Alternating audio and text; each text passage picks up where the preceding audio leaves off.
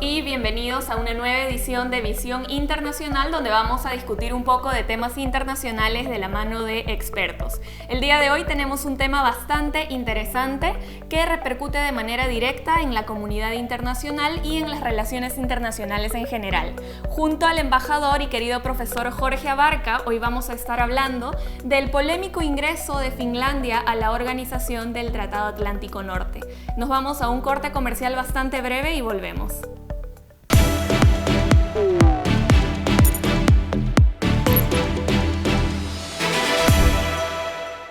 Como les comentaba con anterioridad, el día de hoy vamos a hablar del ingreso de Finlandia a la Organización del Tratado Atlántico Norte junto a un querido profesor Jorge Abarca, que también es embajador.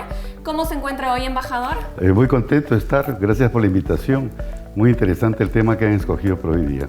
Bastante. La organización, a modo de introducción, que tiene su sede, como ustedes saben, en Bruselas, Bélgica, se creó a medida que la Guerra Fría se intensificaba cada vez más, ¿no? Con el objetivo principal de proteger a todos los países de esta Europa occidental, pero sobre todo para contrarrestar el avance del comunismo, ¿no? Entonces, desde entonces, la alianza ha crecido. Teníamos a 30 países. Hace muy poquito se oficializó el ingreso de Finlandia. Tenemos 31. Sin embargo, el propio cambio constante de las relaciones internacionales y cómo en la comunidad internacional hay tanto dinamismo que las cosas cambian todos los días, llevaron hoy a que discutamos el ingreso de esta nueva nación, Finlandia, ¿no? Entonces quisiera comenzar preguntándole qué representa el ingreso de Finlandia a la OTAN para la comunidad internacional. Bueno, indudablemente es un hecho muy significativo desde el término de la Guerra Fría. O sea, no ha habido otro acontecimiento de esta naturaleza como Finlandia, un país neutral que decida, después de la invasión ilegal y legítima de Rusia a Ucrania, pedir su ingreso a la OTAN. Lo mismo pasa con Suecia, el otro país vecino, escandinavo, que también ha pedido su ingreso. Yo tuve la oportunidad de vivir como diplomático en Suecia, donde aprecié esta teoría de la neutralidad de tanto de Finlandia como de Suecia. Y ahora las circunstancias los llevan a abandonar esta teoría y esta práctica que por tantos años han mantenido. Por supuesto, totalmente de acuerdo, y este tema de la neutralidad es algo tan importante y de lo que los países se sienten normalmente orgullosos en las relaciones internacionales, ¿no? Pero le quiero preguntar qué representa, digamos, la OTAN en un conflicto internacional donde se ha perdido la neutralidad totalmente, como la guerra entre Rusia y Ucrania. Bueno, recordemos que la OTAN, como bien lo ha mencionado, nace con la Guerra Fría, pero también nace el Pacto de Varsovia. Y el Pacto de Varsovia, que era el contrapeso de la OTAN, termina pues disolviéndose a la caída de la Unión Soviética y la desaparición del bloque socialista o comunista. Y los países que estuvieron bajo el yugo soviético, como Polonia, Rumanía, decidieron después ingresar a la OTAN. ¿Y por qué? Porque precisamente pensaban como una especie de seguro de vida de que la alianza militar los podría proteger frente a alguna aventura de Rusia de intentar nuevamente de ocupar sus territorios. Y eso es lo que hemos visto con Ucrania, desgraciadamente, que a pesar de que Rusia prometió que nunca iba a hacer eso, que había firmado tratados con Ucrania respetando sus fronteras, al final decidió ingresar sus tropas ilegalmente, violando el derecho internacional, violando la Carta de las Naciones Unidas, lo cual crea un malestar después de la Guerra Fría. O sea, en el siglo XXI nos encontramos nuevamente en Europa en un conflicto militar de gran alcance. Exacto, y este conflicto militar no va a violar solamente el derecho internacional, sino que también las normas que establezcan, digamos, los márgenes de todos estos organismos internacionales, como las Naciones Unidas o la propia OTAN, ¿no? Entonces, esta suerte que ha tenido Finlandia del ingreso no ha sido la misma de Ucrania. Como comentábamos, este país quiso en algún momento ser parte también de la Unión Europea, ¿no? E incluso quiso acceder a la lista de espera directamente de la OTAN que estamos discutiendo ahora. Sin embargo, quedó relegado a ser parte de esta buffer zone de las relaciones internacionales, zona de acolchonamiento, Y así las tensiones entre la OTAN y Rusia se iban a liberar debido a que tanto Rusia como Ucrania habían acordado no tener ningún tipo de invasión, cosa que este último país, como usted comenta, no cumple, ¿no? Entonces, las consecuencias repercuten directamente en si es que un país va a ingresar a un organismo internacional o no, porque algo que también habíamos mencionado era la aprobación de los miembros, ¿no? Entonces, ¿llegaría Ucrania a ser parte de la OTAN en algún momento? ¿Y qué cosa tendría que pasar para que esto se consolide? Yo creo que sí. Las noticias nos dicen que acaba de visitar el secretario general de la OTAN, Kiev, se entrevistó con el presidente Zelensky y le ha ofrecido un pronto ingreso. Pero ¿por qué ese cambio también? Porque Ucrania realmente es Europa, como Exacto. Polonia y los países bálticos, tienen las mismas características, incluso tienen una cercanía. Hay diferencias idiomáticas, pero quizás técnicamente son muy parecidos. Y Ucrania siempre aspiró a entrar primero a la Unión Europea y como sus vecinos, como menciono los bálticos y Polonia y Bulgaria, deseaban también entrar a la OTAN. Pero ahí vino la duda de muchos miembros de la alianza militar que decían, no, se va a crear una tensión con Rusia y esto debemos evitar. Entonces ahí hablaban lo que acaba de mencionar de estos estados buffer, ¿no? Que podrían amortiguar cualquier situación anómala. Pero todo eso ya se ha quedado atrás después del 24 de febrero del año pasado. Como un poco parafraseando a Kissinger, esto ha constituido un cambio de lo que constituye el mundo unipolar y que estaríamos caminando a un mundo multipolar, o sea, con dos potencias más entre Rusia y China.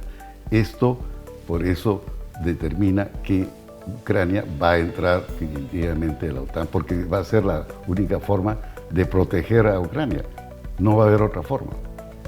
Exacto. Y otro factor aparte de la multipolaridad que usted comenta, que es algo que, digamos, un futuro cercano por las mismas tensiones de las relaciones internacionales, hay una cosa que es el nivel de competitividad que tienen los países que de algún modo impulsan también que este mundo se vuelva multipolar, ¿no? La falta de, digamos, no puede haber una sola potencia en el mundo, que los demás países tengan niveles de competencia altos, ya sea en temas de comercio, en temas militares, sociales, culturales, políticos, etcétera, ¿no? Entonces, muy de acuerdo con usted respecto al tema multipolar. Yo creo que estamos muy próximos a entrar en una era donde va a haber mucho más que una o dos potencias incluso, ¿no? No podemos descartar eso. Tras la caída de la Unión Soviética, la OTAN evolucionó, se amplió, cambió sus horizontes y sobre todo se expandió respecto a objetivos y a accionar.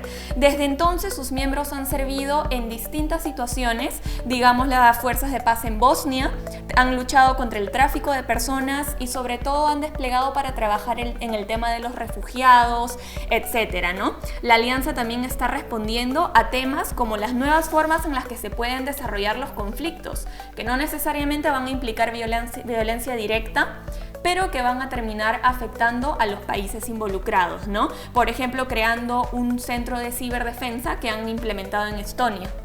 Entonces, ¿cómo es que ha cambiado este cometido o este enfoque de trabajo de la OTAN al pasar de los años? Claro, después que, como había mencionado, al término pues, de la Guerra Fría, la desaparición del Pacto de Varsovia, la OTAN parecía que ya no tenía sentido. Se había creado precisamente para la contención de lo que venía a ser el avance del sistema soviético. Claro, esto con el correr de los años los ha llevado a muchos países pequeños como Hungría, pensar que deben entrar a la OTAN y ya no necesitar tener unas fuerzas armadas de gran alcance, porque ya lo tienen bajo el paraguas de la OTAN.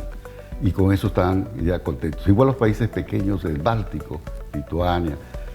Estos ha hecho que de todas maneras se siga fortaleciendo y que, aunque sabían que no podía pasar una invasión de Rusia, porque nadie pensaba hace 10 años, pero todo ha cambiado a partir del 2014, cuando se apodera Rusia de Crimea, territorio ucraniano.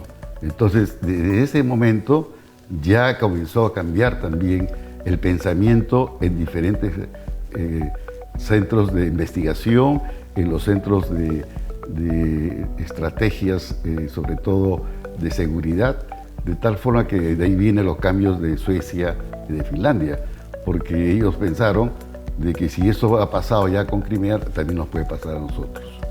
Y claro, Finlandia me ha mantenido, usted sabe que es una democracia muy avanzada, país desarrollado también, tiene una frontera de 1.300 kilómetros con Rusia, o sea que ahora la OTAN prácticamente tiene también ya directamente una frontera muy amplia con Rusia, y Suecia ya había dejado de tener el servicio militar porque vino el tiempo de paz y para qué, pero a partir del 2014 nuevamente han comenzado a tener el servicio militar obligatorio.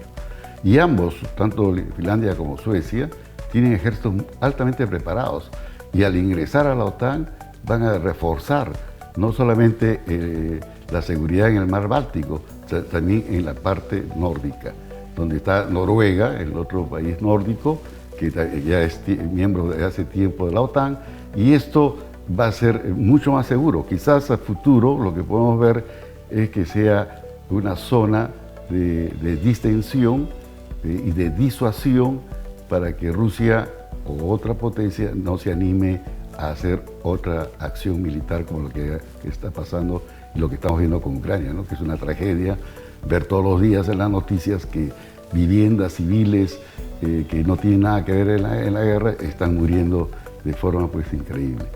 Exacto, como comentamos, violación a derechos humanos, donde no solamente se afecta directamente, digamos, una economía del país o la situación política, sino que tras de este conflicto entre Rusia y Ucrania hay muchos más afectados a escalas menores, que de repente no son tan consideradas a grande escala, ¿no? Bueno, quisiera extender el agradecimiento por su tiempo, ha sido una entrevista bastante gustosa y estamos seguros que podríamos hablar muchísimo más, pero el tiempo nos apremia el día de hoy. Entonces agradecemos mucho, embajador, su tiempo para discutir este tema tan importante el día de hoy con nosotros. No sé si quisiera despedirse de nuestros oyentes, le brindo unos segundos por ahí. Sí, muchas gracias nuevamente por la invitación y felicitaciones a usted, a todo el equipo, que veo que están muy preparados en los temas de relaciones internacionales. Y los animo a seguir así adelante. Excelente, muchas gracias, embajador. Nos vamos a un corte breve y volvemos.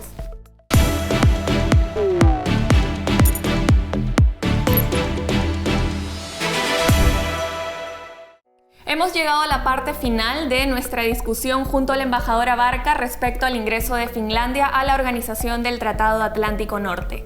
Ha sido un gusto discutir este tema. Mi nombre es Scarlett Castro y los esperamos con mucho gusto en una nueva edición de Visión Internacional, donde discutimos temas internacionales de la mano de expertos.